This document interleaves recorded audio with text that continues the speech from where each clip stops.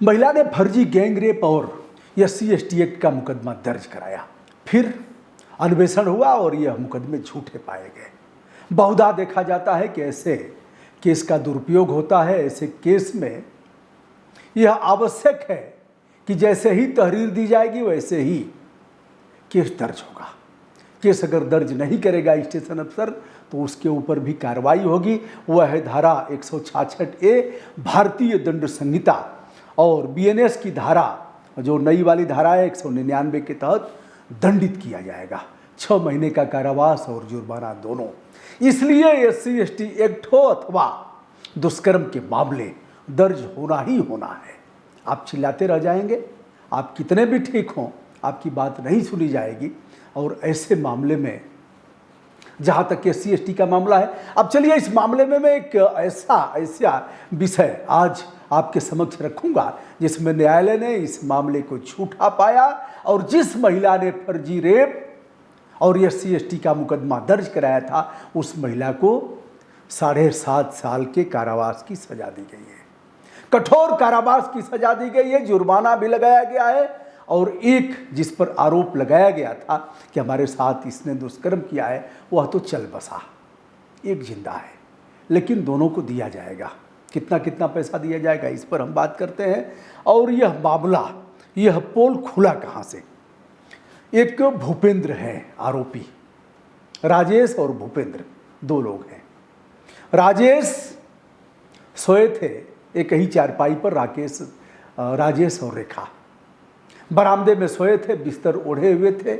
और भूपेंद्र के चचा पप्पू आए। पप्पू ने जाना कि इस पर भूपेंद्र ही सोया है, चादर हटाया तो देखा दोनों आपत्तिजनक स्थिति में थे। यहीं से केस की शुरुआत होती है। दोस्तों, मैं हूं ब्रजभूषण दुबे। आज फर्जी SC एक्ट यानी अनुसूचित जाति अनुसूचित जनजाति अत्याचार निवारण अधिनियम और दुष्कर्म दोनों के झूठे केस पर आज का हमारा विवेचन और न्यायालय का यह फैसला बड़े काम का है। उन लोगों के लिए काम का है जो लोग ऐसे केस में दोषी न होते हुए भी निरुद्ध किए जाते हैं। पुलिस कुछ नहीं करती है, रिपोर्ट लगा देती है, वह चले जाते हैं जेल। बहुत से लोगों का जीवन बर्बाद हो गया। कुछ 2-4 महीने की सज़ा काट करके आए, जमानत पर बाद में निर्दोष छूटे और कुछ को सज़ा हो गई, कुछ के जीवन बर्बाद हो गए। जिसमें ललितपुर का विष्णु तिवारी जो 20 साल की सज़ा काट करके आया और कोर्ट ने उसे निर्दोष साबित किया। फर्जी रेप के मामले में और फर्जी SC/ST के मामले में विष्णु तिवारी का जीवन बर्बाद हो गया। हमसे बातचीत होती रहती है। विष्णु अब दरवानी कर रहे हैं, सारा कुछ खत्म हो गया। वह घर नहीं रहे, वह रास्ता नहीं रहा। जब घर आए तो भूल गए, क्योंकि पगडंडियाँ पक्की सड़क बन गई थी। जो कच्चे मकान थे वो गिरा करके महल बन गए थे। माँ मर गई, बाप मर गया, भाई मर गए, भौजाई मर गए, सब कुछ अंधकारमय। मैं यह नहीं कहता कि सारे मामलों में इसका दुरुपयोग ही होता है। अभी एक लड़के ने, दलित वर्ग के लड़के ने हमसे बातचीत किया, कुछ रिकॉर्डिंग सुनवाया और इतनी भद्दी गाली एक सवर्ण ने दिया है, माँ बहन बेटी क्या नहीं किया है। उसमें दर्ज नहीं हुआ केस। मैं पूरे मामले का अभिलेख मंगाया हूँ, उस पर भी करूँगा। ना काऊ से दोस्ती, ना काऊ से बैर। अब जैसे ही वो चादर हटाते हैं पप्पू, वैसे ही दोनों आपत्तिजनक अवस्था में लिपटे हुए हैं। पप्पू ने बहुत गरियाया और कहा अपने भतीजे भूपेंद्र से, यही सब करवा रहे हो घर बुला करके ऐसे गंदे लोगों को। और यह मामला पहुंच जाता है राजेश की पत्नी रिया के पास। रेखा और राजेश एक साथ आपत्तिजनक स्थिति में थे और फिर रेखा ने ही भूपेंद्र और राजेश पर फर्जी मुकदमा दर्ज कराया SC/ST एक्ट का और सामूहिक दुष्कर्म का। यह मामला दर्ज होता है। दोस्तों, हम अब सबसे पहले आपको ले चलते हैं बाराबंकी, जहां यह केस दर्ज होता है। और रेखा ने 19 जून 2021 को यह केस दर्ज कराया कि सामूहिक दुष्कर्म इन लोगों ने किया है और फिर केस दर्ज हो गया। अब हम आपको बताते चलें, निर्भया कांड के बाद 2013 में यह कांड हुआ। उसके बाद एक विनिश्चय प्रतिपादित हुआ कि ऐसे मामले में जब दुष्कर्म होता है और छेड़खानी होती है तो तुरंत बगैर अन्वेषण के, बगैर किसी जांच के मुकदमा दर्ज होगा और अन्वेषण बाद में होगा। अब यदि दर्ज नहीं करता है स्टेशन अफसर, तो जैसा कि मैंने बताया 166A भारतीय दंड संहिता और BNS की धारा 199 के तहत उसके ऊपर अपराध दर्ज होगा और वह दंडित किया जाएगा। अनुसूचित जाति जनजाति अत्याचार निवारण अधिनियम 1989 के विहित प्रावधानों के तहत जैसे ही SC/ST एक्ट का मुकदमा दर्ज होगा, वैसे ही दर्ज होते ही 25,000 रुपया उनको मिल जाएगा।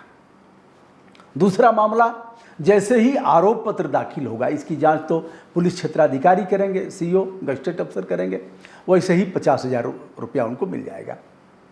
तीसरे, जब केस फाइनल होगा तो 25,000 फिर मिल जाएगा, यानी जाति सूचक शब्दों के प्रयोग पर उन्हें 1 लाख, और अगर देखा जाए तो अन्य मामलों में दुष्कर्म और हत्या और यह सब लेकर के तो 8,25,000 रुपये दिए जाने का प्रावधान है। यह समाज कल्याण से तुरंत मिल जाता है। ऐसे में तमाम अधिवक्ताओं ने इसको निशाना बना करके इसे हथियार के रूप में प्रयोग किया और बहुत से लोग इसका दुरुपयोग करने के लिए आए। खट खट खट खट, बाबा ने भी कहा था इस मद में हम इतना पैसा दे रहे हैं। बाबा जांच तो कराएंगे नहीं, और बोलेगा कौन? हम ही बोल रहे हैं तो 100 गाली सुनेंगे, कोई बात नहीं, सत्य बात तो कहना पड़ेगा। अब न्यायालय का आदेश क्या आया है और उस महिला को सजा कैसे दी गई है, इस पर आइए। दोस्तों, गंभीर प्रकृति के अपराधों में जो पुलिस की बाध्यता है प्रतिकर पाने, दुश्मनी साधते महिलाओं और वकीलों का, पुरुषों का जो यह अनैतिक गठबंधन है, उत्कोच पैसा प्राप्त करने के लिए, समझौता करने के लिए, और अन्वेषक यदि उत्कृष्ट भावना का साधक है तो इस पे करेगा बढ़िया से, और नहीं तो फिर उसके ऊपर भी जांच होगी। इसलिए तमाम पुलिस क्षेत्राधिकारी और अन्वेषक इस मामले में AIGT जैसे है भैया वैसे रिपोर्ट लगा करके अपनी जान छुड़ाओ। कौन जाएगा SC/ST आयोग में, कौन जाएगा मानवाधिकार में, और कौन जाएगा फिर झेलने अधिकारियों का। SP कहेगा दिमाग खराब है तुम्हारा, क्यों नहीं दर्ज किए? और अब सब अपना पल्ला झाड़ते हैं, नीचे के लोग रेत दिए जाते हैं ऐसे। दूसरा विषय वो अभी उसमें शामिल है। अब तरह तरह की जैसी प्रकृति है। अब आइए साहब, बाराबंकी वाले मामले पर हम आपको ले चलते हैं। आपको लगता होगा कि इस मामले में हुआ क्या और कैसे हुआ, विवेचना किसने किया। तो यह है रेखा देवी, 24-25 साल की इनकी उम्र है, और इनकी एक मित्र हैं, उनसे दोस्ती है राजेश की, राजेश के परिवार से है, और उसी में इनकी बातचीत होती है और राजेश से इनके संबंध हो जाते हैं। बातचीत पहले मैसेज से शुरू होता है, हेलो हाय से good morning, good afternoon, good evening और गुड नाइट से बंद होता है। रात को मोबाइल गर्म हो जाती है बात करते करते। तो यह सब खेल जानते ही हैं आप, बताने की ज़रूरत नहीं है। अब होता क्या है कि यह दोस्ती हो जाती है। पूजा जो है, रेखा पूजा के मामा की लड़की है, और पूजा की बात अभियुक्त राजेश से कभी कभार होती थी। राजेश की पत्नी रिया व पूजा मित्र हैं। अब रेखा की दोस्ती हो जाती है राजेश से, और फिर धीरे धीरे शारीरिक संबंधों में यह दोस्ती परिवर्तित हो जाती है। जैसा कि मैंने बताया, जो भूपेंद्र के चाचा ने जैसे ही चद्दर उठाया वैसे ही यह लोग आपत्तिजनक स्थिति में मिले। इस मामले की जानकारी राजेश की पत्नी को हो जाती है। राजेश की पत्नी जाती हैं बाराबंकी थाने में, दर्ज कराती हैं रिपोर्ट, और इससे क्रुद्ध होकर के रेखा कहती है कि तुमने एक जगह कराया है तो हम 3 जगह कराएंगे, और फिर दोनों तरफ से हो जाता है, अपराध दर्ज होता है। यह मामला चूँकि बाराबंकी की जो घटना हुई थी, बाराबंकी में वो स्थान नहीं पाया गया, यह BKT बक्सी का तालाब थाना उसके तहत पाया गया, और वहाँ फिर विवेचना ट्रांसफ़र कर दी गई। पहले तो इसकी विवेचना दरोगा लोगों ने किया, क्योंकि यह जानकारी नहीं थी कि यह महिला अनुसूचित जात से संबंध रखती है। बाद में जब पता लगा कि यह महिला अनुसूचित जात से संबंध रखती है, तो इसकी विवेचना दे दिया गया नवीना शुक्ला को, जो पुलिस क्षेत्राधिकारी हैं, यानी डिप्टी SP हैं। नवीना शुक्ला ने इसमें जो अन्वेषण किया, उसमें पाया गया कि जो घटना दिखाई गई है उसमें तो मोबाइल, जहाँ घटना दिखाई गई है वहाँ मोबाइल इसकी थी नहीं, रेखा की, और वहाँ अभियुक्त की भी मोबाइल नहीं पाई गई है। अन्य भी साक्ष्य एकत्र किया, मेडिकल परीक्षण कराया गया, तो आवेदिका ने यह बताया, वादी मुकदमा ने, कि हम नहा लिए हैं, कपड़े हमने चेंज कर लिए हैं और नाखून और कहीं चोट वोट नहीं पाई गई। यद्यपि रेप होगा तो कहीं न कोई चोट के निशान अवश्य पाए जाएंगे, कोई नाखून का निशान होगा, कुछ न कुछ होगा, लेकिन उसमें कहीं कुछ नहीं पाया गया। और फिर यदि देखा जाए तो मोबाइल भी दोनों की नहीं पाई गई। अन्य साक्ष्य नवीना शुक्ला के द्वारा एकत्र किया जाता है और जिसमें यह पाया जाता है कि यह मामले मिथ्या है। अन्य देखा गया और जो गवाह की बात की गई वह भी गवाही से मुकर गया।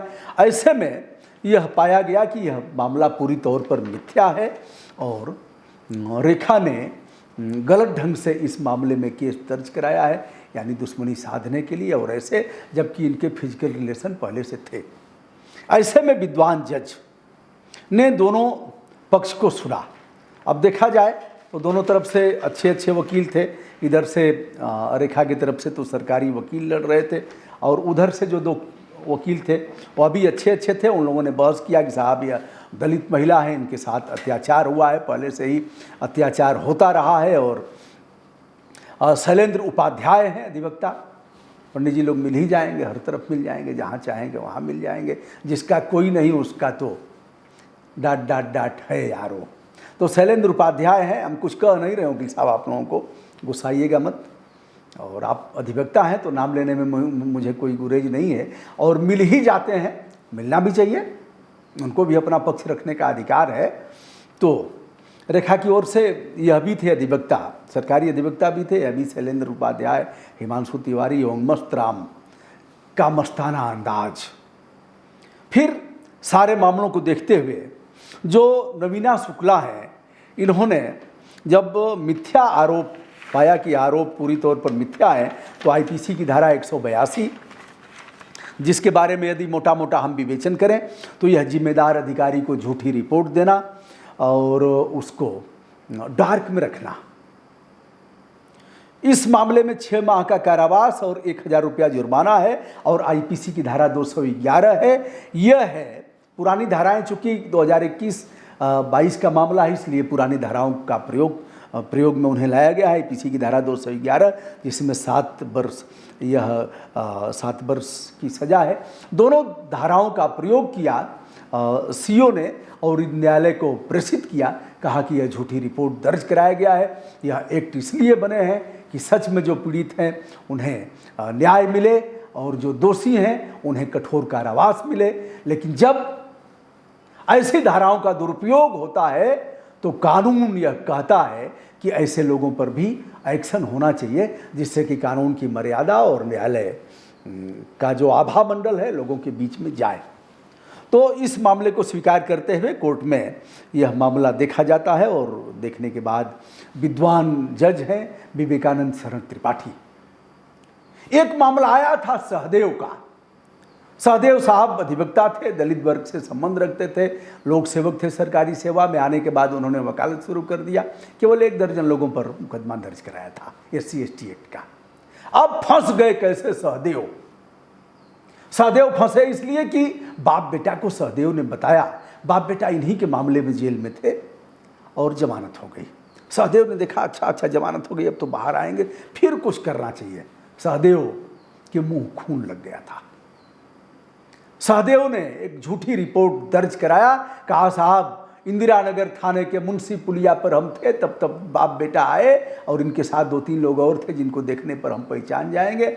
इन लोगों ने हमें भद्दी भद्दी गाली दिया, जाति सूचक शब्दों का प्रयोग किया और कहा जेल से छूट करके आया हूं, अब देखो तुम्हारा कौन क्या करता है। साहब बुरी तरह से मारा पीटा, हमारा पैसा मोबाइल सब छीन लिया, जो भी होता है। सच बात यह है कि उस दिन तक बाप बेटा दोनों अभी जेल से निकले ही नहीं थे। इसी मामले में सहदेव फंस गए।